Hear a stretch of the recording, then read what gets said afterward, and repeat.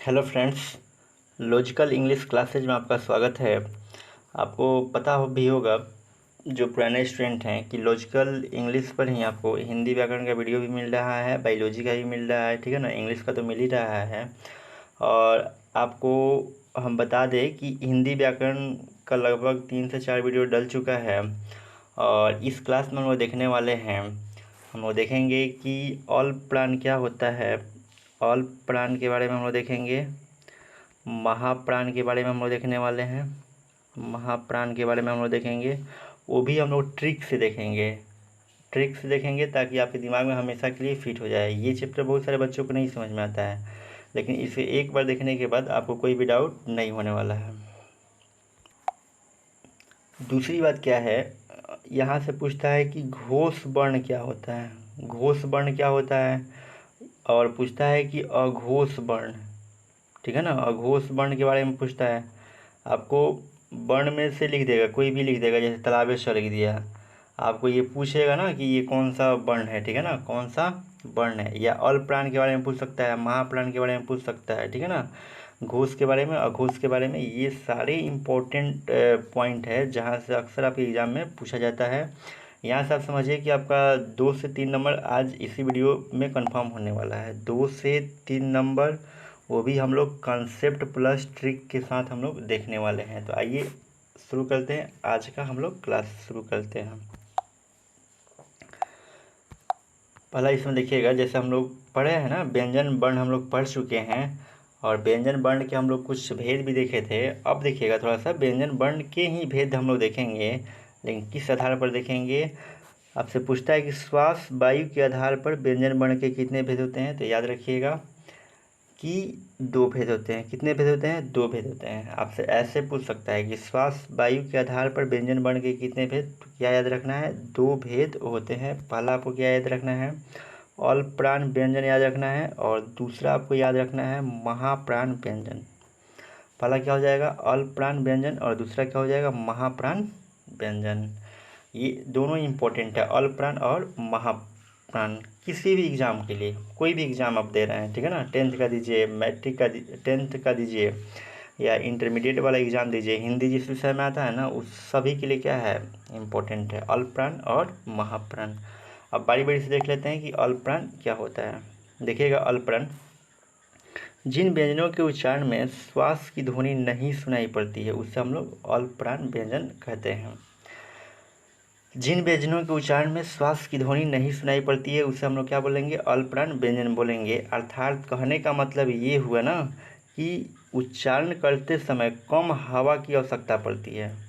अगर किसी वर्ण का आप उच्चारण कर रहे हैं, उसमें कम हवा की आवश्यकता पड़ रही है, तो उस वर्ण को हम लोग क्या बोलेंगे? अल प्राण व्यंजन बोलेंगे। क्या बोलेंगे? अल प्राण व्यंजन हम लोग बोलते हैं। जब आपसे इसकी संख्या पूछा जाए तो याद रखिएगा, इसकी संख्या जो होती है, अल प्राण की संख्या कितनी होती है? 30 होती है। अल प्राण की संख्या कितनी होती है? 30 होती है।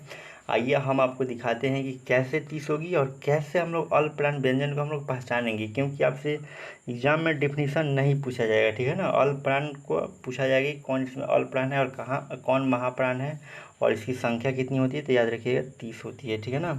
अब देखिएगा थोड़ा सा, यहाँ से आपको कंफर्म हो जाएगा कि अल प्राण और महाप्राण के बारे में कंफर्म होगा।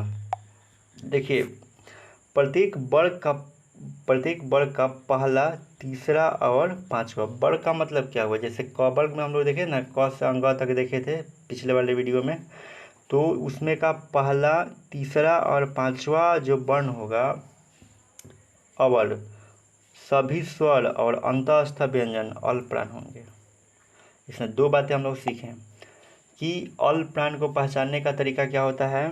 किसी भी वर्ग का पहला, तो पहला क्या हो गया? देखिए, क हो गया ना, पहला क्या हो गया? क। तीसरा क्या हो जाएगा? इसमें ग हो जाएगा, और पांचवा क्या हो जाएगा? अंग हो जाएगा। बात समझ में आ रहा है ना। देखिए, इसमें क्या हो जाएगा? च वर्ग वाला में च, ज, ञ, ट, ड, ण, यानी कि पहला, तीसरा, पांचवा, पहला, तीसरा, पांचवा, त, द और न हो जाएगा, प, ब और म हो जाएगा। कंफर्म हो रहा है।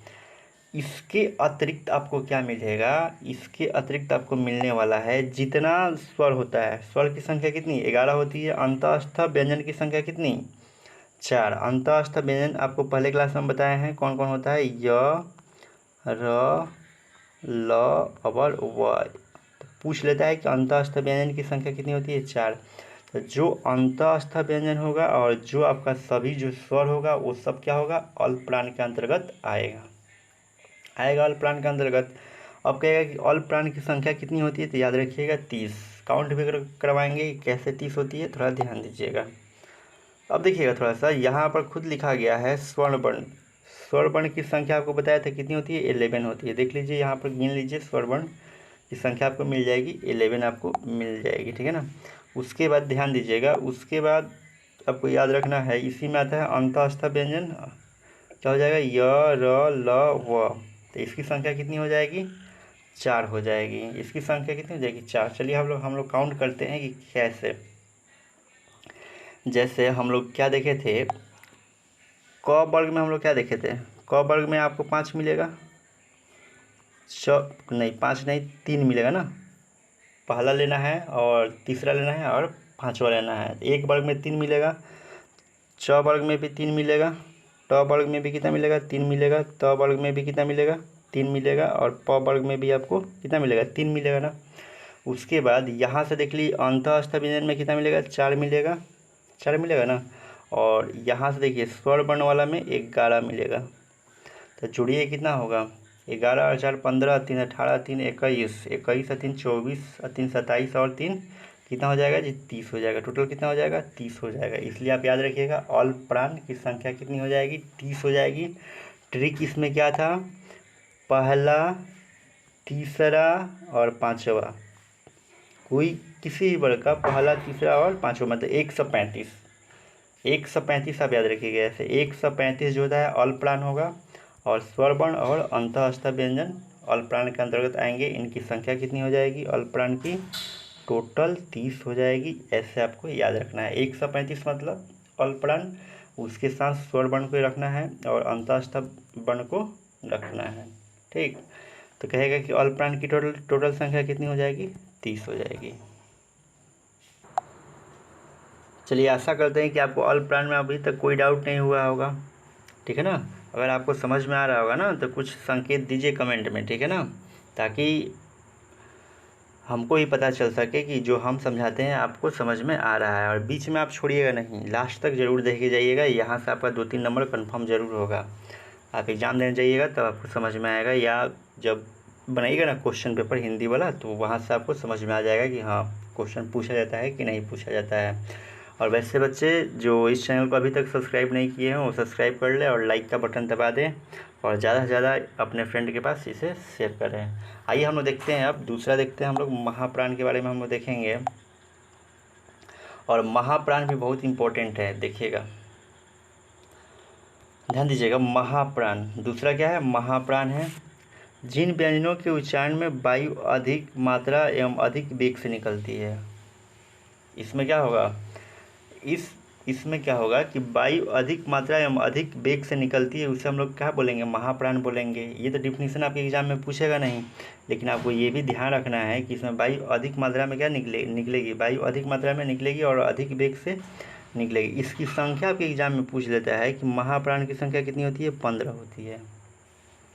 महाप्राण की संख्या कितनी होती है, 15 होती है। थोड़ा सा देखिएगा इसका ट्रिक क्या है, कैसे पहचानेंगे कौन सा वर्ण जो है महाप्राण है। तो प्रत्येक वर्ग का दूसरा और चौथा का मतलब क्या कि 24, याद रखिएगा 24, ठीक है ना। तथा इसी में आएगा आपका उष्म व्यंजन आएगा और उत्क्षिप्त व्यंजन आएगा, जो क्या है ढ है। ये सब महाप्राण के अंतर्गत आएगा, यानी कि दूसरा और चौथा वर्ग का क्या हो जाएगा, दूसरा और चौथा क्या हो जाएगा, महाप्राण आपका होगा। और इसमें आपको क्या याद रखना है, उष्म व्यंजन याद रखना है और उत्क्षिप्त व्यंजन याद रखना है, ठीक है ना। चलिए देखिएगा इसमें दूसरा और चौथा क्या हो जाएगा, पहला आपका ख हो जाएगा और घ हो जाएगा। क वर्ग में 2 मिलेगा, च वर्ग में क्या मिलेगा, 6 मिलेगा और झ मिलेगा, ट वर्ग में ठ मिलेगा और ढ मिलेगा, त वर्ग में थ और ध मिलेगा। ठीक उसी प्रकार से देखिएगा यहाँ पर देख लीजिए, उसी प्रकार से आपको मिलेगा, प वर्ग में फ मिल जाएगा और भ मिल जाएगा। यानी कि 5 को यहाँ पर वर्ग बना ना जी, कितना वर्ग बना, 5 को वर्ग बना। तो 5 गो वर्ग बनेगा तो 5 गुने कितना हो जाएगा, 2 हो जाएगा। यानी अभी तक हम लोग 10 देखे हैं, 10 महाप्राण देख लिए ना जी। यानी कि इसका ट्रिक क्या था, दूसरा और चौथा, प्रत्येक वर्ग का हम लोग देख रहे हैं दूसरा और चौथा। तो दूसरा और चौथा में हम लोग देखें तो कितना वर्ग हम लोग देखे थे, 5 वर्ग देखे थे, और प्रत्येक वर्ग में 2 मिला था, यानी कि टोटल मिला के कितना हो गया अभी तक, 10 हुआ। उसके बाद इसी में आएगा आपका ऊष्म व्यंजन आएगा। ऊष्म व्यंजन की संख्या कितनी हो जाएगी, 4 हो जाएगी। ऊष्म व्यंजन की संख्या आपके एग्जाम में पूछता है कि ऊष्म व्यंजन की संख्या कितनी होती है, तो 4 होती है, याद रखिएगा। तालाबे स पूछ लेता है, मूर्धन्य स, दंती स और ह, ये ऊष्म व्यंजन की संख्या है। और एक होता है उतिक्षिप्त व्यंजन होता है, इसकी एक संख्या 1 होती है, ढ, यानी कि दोनों को मिला के संख्या कितनी हो जाएगी, 5 हो जाएगी।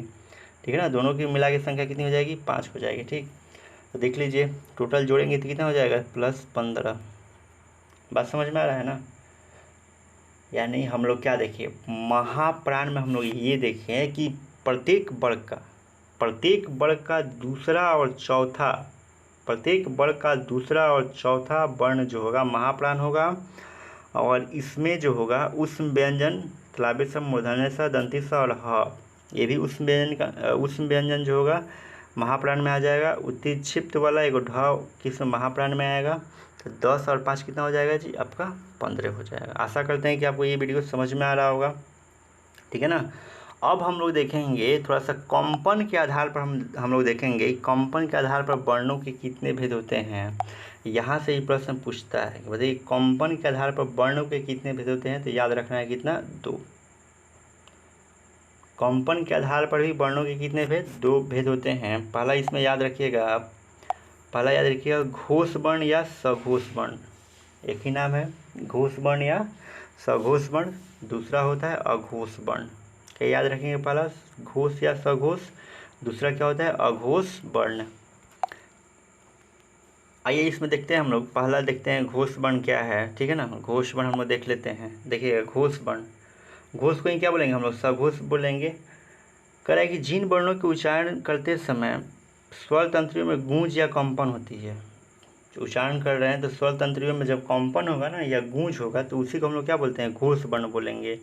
ये आपसे डिफिनीसन भी बोल सकता है कि वैसा वर्ण जिनके उच्चारण में स्वर तंत्रियों में क्या होता है, गूंज या कंपन उत्पन्न होता है, उसे हम लोग क्या बोलते हैं, घोष या सघोष वर्ण बोलेंगे। इसको पहचानने का सबसे बेस्ट तरीका क्या है कि देखिए इसका ट्रिक है क्या, ट्रिक ये है, देखिए प्रत्येक वर्ग का तीसरा चौथा पांचवा, तीसरा चौथा और पांचवा, 345। घोष या सघोष वर्ण के पहचानने का तरीका क्या है, 345 है। और इसी में आएगा अंतःस्थ व्यंजन, इसी में आ जाएगा। और एक याद रखिएगा इसमें ह भी आता है। ह किस में आएगा, इसमें घोष या सघोष वर्ण में क्या आएगा, ह आएगा। तो बात समझ गए कि घोष और सघोष वर्ण क्या होता है। इसमें आप उच्चारण कीजिएगा तो गूंज और कंपन आएगा। ठीक है ना। और इसका ट्रिक क्या है, कैसे पहचानेंगे, तो इसमें तीसरा वर्ण आएगा मिलेगा और चौथा और पांचवा, यानी कि 345 आप याद रखेंगे। और इसमें अंतःस्थ व्यंजन भी आता है और एक ह वर्ण भी इसमें आता है। तो इस चीज़ को आप ध्यान रखिएगा। आइए अब हम लोग देखते हैं आगे की तरफ, हम लोग देख लेते हैं। हम आगे देखिएगा, और इसमें जो है ज़्यादा नहीं है, ठीक, इसलिए आप लास्ट तक बने रहिए। इतना ही है, बस अघोष वर्ण तक ही है।